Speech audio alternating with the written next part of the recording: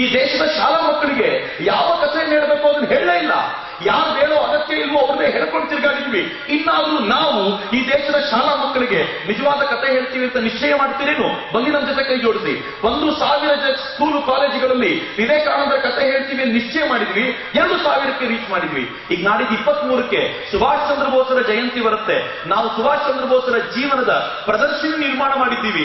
ಈ ಪ್ರದರ್ಶನಿಯನ್ನ ಈ ರಾಜ್ಯದ ಶಾಲಾ ಕಾಲೇಜುಗಳಲ್ಲಿ ತೋರಿಸುವಂತ ಒಂದು ದೊಡ್ಡ ಸಾಹಸವನ್ನು ಕೈಗೆತ್ಕೋತೀವಿ. ಪಠ್ಯ ಪುಸ್ತಕದಲ್ಲಿ ಸುಭಾಷ್ ಚಂದ್ರ ಬೋಸ್ ಇಲ್ಲದೆ ಹೋದ್ರೆ ಏನಾಯ್ತು? ತರುಣರ ಹೃದಯದಲ್ಲಿ ಸುಭಾಷ್ ಇದ್ದಾರೆ, ಅದನ್ನು ಮುಟ್ಟಿಸ್ತೀವಿ ಅನ್ನೋ ಸಂಕಲ್ಪವನ್ನ ನಾವು ಮಾಡಿದ್ದೀವಿ. ಫೆಬ್ರವರಿ 14 ಬಂದ್ರೆ ನಮ್ಮ ಹುಡುಗ ಹುಡುಗಿಯರು ಒಬ್ಬರಿಗೊಬ್ಬರು ರೋಸ್ ಕೊಡೋದೇ ಖುಷಿ ಅನ್ಕೊಳ್ತಾರಲ್ಲ. ಫೆಬ್ರವರಿ ಒಂದು ಕ್ಯಾಂಪೇನ್ ಶುರು ಮಾಡ್ತೀವಿ. ಸಾಧ್ಯ ಆದ್ರೆ ನಮ್ಮ ಜೊತೆ ಕೈ ಜೋಡಿಸಿ ನಾವು ಹೇಳ್ತೀವಿ, ಮೈ ಲವ್ ಮೈ ನೇಷನ್. ನನ್ನ ಪ್ರೀತಿ ಹುಡುಗಿಯಲ್ಲಪ್ಪ, ನನ್ನ ಪ್ರೀತಿ ನನ್ನ ದೇಶ ಅಂತ ಈ ಹುಡುಗರಿಗೆ ಒಂದು ಚಿಂತನೆ ಕೊಡೋ ಪ್ರಯತ್ನ ಮಾಡ್ತೀವಿ. ನಾವು ಅನೇಕ ಕಾಲೇಜುಗಳಲ್ಲಿ ಫೆಬ್ರವರಿ 14ಕ್ಕೆ ಆ ಹುಡುಗ ರೋಸ್ ತಗೊಂಡು ಬರ್ತಾನೆ, ಹುಡುಗಿ ರೋಸ್ ತಗೊಂಡು ಬರ್ತಾಳೆ. ಯಾರ ಮುಂದೆ ಇಡ್ತಾರೆ ಗೊತ್ತೇನು? ಭಾರತ ಮಾತೆಯ ಪ್ರತಿಮೆಯ ಮುಂದೆ ಇಟ್ಟು, ಅಮ್ಮ ನನ್ನ ಪ್ರೀತಿ ನಿನಗೆ ಅಮ್ಮ ಅಂತ ಹೇಳುವಂತ ಒಂದು ವಾತಾವರಣವನ್ನ ಮುಂದಿನ ದಿನಗಳಲ್ಲಿ ತರಬೇಕು ಅಂತಿದ್ದೀವಿ. ಮಿತ್ರರೇ, ತಲೆಯಲ್ಲಿ ಹುಳ ತುಂಬಾ ಬಿಟ್ಕೊಂಡಿದ್ದೀವಿ. ಕೆಲಸ ಮಾಡೋ ಹುಚ್ಚಿದೆ, ಉತ್ಸಾಹ ಇದೆ, ಜೊತೆಯಲ್ಲಿ ನೀವು ಕೈ ಜೋಡಿಸಬೇಕು ಅಷ್ಟೇ. ಒಮ್ಮೆ ಹಿಂಗಾಗ್ಬಿಡ್ಲಿ, ವಿವೇಕಾನಂದರ ಕನಸಿನ ಭಾರತ ನಿರ್ಮಾಣ ಆಗುತ್ತೆ. ಸ್ವಾಮೀಜಿ ಹೇಳಿದ್ರು, ಬಹಳ ಚಂದದ ಮಾತು.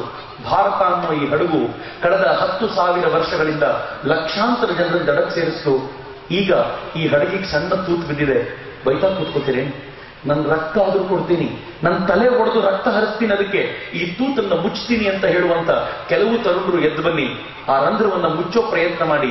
ಇನ್ನೂ 10,000 ವರ್ಷಗಳ ಕಾಲ ಈ ಹಡಗು ಲಕ್ಷಾಂತರ ಜನರನ್ನ ದಡ ಸೇರಿಸುತ್ತೆ ಅಂತ ವಿವೇಕಾನಂದರು ಹೇಳ್ತಾರೆ. ಅಂತ ತಲೆ ಕೊಡಬಲ್ಲ ತರುಣರು ಬೇಕಾಗಿದೆ. ಸ್ವಾಮೀಜಿ ಹೇಳ್ತಾರೆ, ಜೋ ಸಿರ್ದಾರ್ ವಹಿ ಸರ್ದಾರ್. ಯಾರು ತಲೆ ಕೊಡಬಲ್ಲನೋ ಅವನೇ ನಾಯಕನಾಗಬಲ್ಲ ಸಾಮರ್ಥ್ಯವುಳ್ಳವನು ಅಂತ. ನಿಮ್ಮಲ್ಲಿ ಆ ಸಾಮರ್ಥ್ಯ ಇದ್ರೆ ಬನ್ನಿ, ನಾವೆಲ್ಲ ಸೇರೋಣ. ಭಾರತವನ್ನ ಜಗತ್ತಿನ ಶ್ರೇಷ್ಠ ರಾಷ್ಟ್ರವನ್ನಾಗಿ ನಿರ್ಮಾಣ ಮಾಡೋಣ.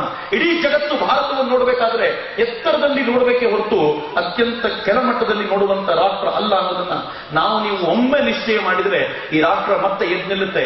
ಅಖಂಡ ಶ್ರೇಷ್ಠ ರಾಷ್ಟ್ರ ನಿರ್ಮಾಣ ಆಗುತ್ತೆ. ಅಂತ ರಾಷ್ಟ್ರವನ್ನ ನಿರ್ಮಿಸುವಂತ ಹೊಣೆಯನ್ನ ನಾವೆಲ್ಲರೂ ಸೇರಿ ಹೊರೋಣ ಅಂತ ಹೇಳ್ತಾ, ಇಲ್ಲಿನ ಯುವ ಬ್ರಿಗೇಡ್ಗೆ, ಇಲ್ಲಿನ ಎಲ್ಲ ಮಿತ್ರರಿಗೂ ಅತ್ಯಂತ ಪ್ರೀತಿಪೂರ್ವಕವಾದ ಶುಭ ಕಾಮನೆಗಳನ್ನ ಕೋರ್ತಾ ನನ್ನ ಮಾತುಗಳನ್ನ ಆ ಮಹಾನ್ ವೀರ ಸನ್ಯಾಸಿ, ಯೋಧ ಸನ್ಯಾಸಿ ವಿವೇಕಾನಂದರ ಪಾದಗಳಿಗೆ ಸಮರ್ಪಿಸಿ ನಾನು ವಿರಮಿಸ್ತೇನೆ. ವಂದೇ ಮಾತರಂ.